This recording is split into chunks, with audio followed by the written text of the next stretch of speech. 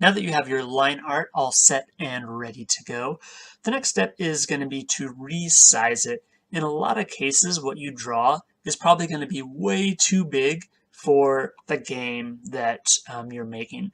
For example, for these pancakes, I used about half of a sheet of paper, a little less than that to draw these pancakes, and they are so big they're going to be larger than the whole background of the game itself.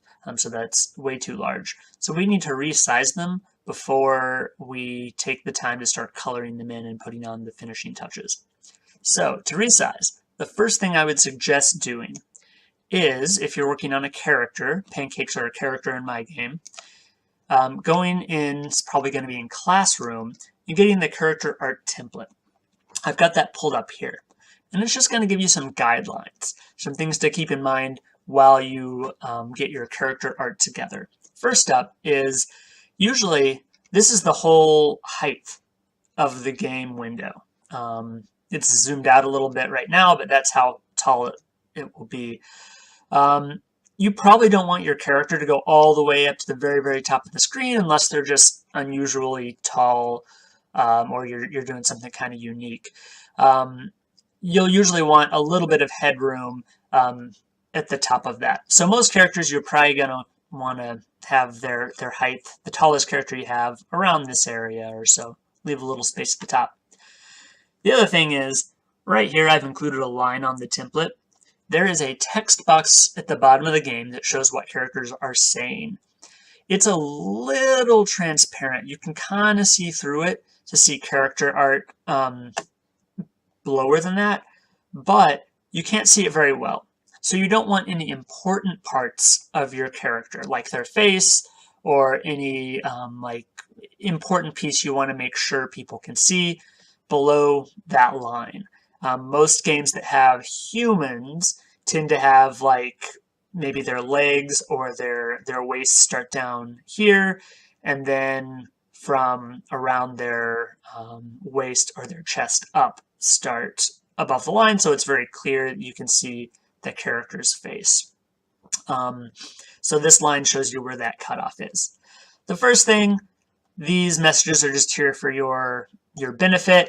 You can click the different layers to hide those messages if you would like. Hide the line. You'll obviously want to hide all of those things before you save your art. But to help you as you're putting your art together, you can show those, hide those. You can delete them as well if you want. Okay, first thing, we need to get this pancake over to this template. If you look in the bottom left corner of your art, it shows how large the art is. So our template is 500 by 720. That is about almost half of the width of the screen and the entire height of the screen of our game. So we don't want the character to take up any more space than that. Right now this pancake is 2,340 pixels by 2,168 pixels. So like way too large. We are going to make some adjustments so this pancake isn't quite so big. First I'm going to go to Image. I've got my pancake selected. Image size. I know that this cannot be any wider than 500 pixels because that's what our character template is. So I'm going to say make this, I want it a little smaller than the maximum size. I'll say make this 450. As long as this is checked, it'll automatically change your height so that the proportions on your art stay the same. So I still have my pancake, but it's a lot smaller now, as you can see in the bottom corner. I'm going to go ahead and select this pancake. I want the whole thing. I'm going to copy it, go to my template, and I'm going to paste it. That pastes it as a whole brand new layer.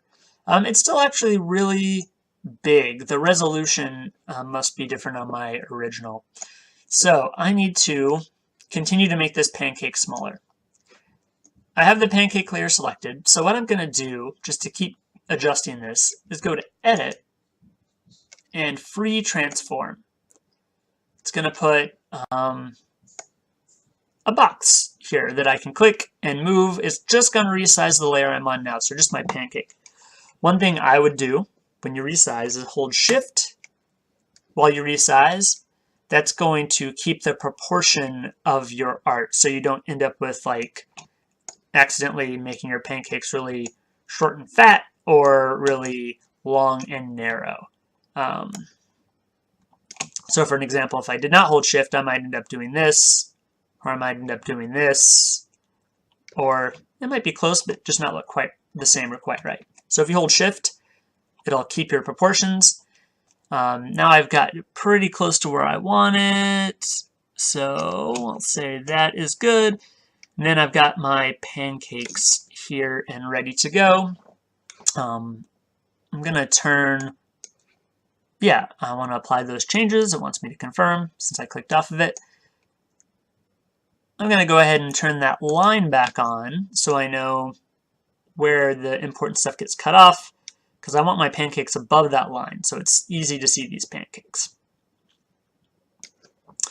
I'm going to add a table in here because I don't want my pancakes just floating around. If it were a human, I probably would have had their legs start down here and then their like torso, the main part of their body, start here with their head up at the top. But I've got my pancakes set and ready to go here. They look like they're a good size. I know they're going to look good in the game at that size. So at this point, we have things resized, and we're ready to move on to the next step, which is to color in our work.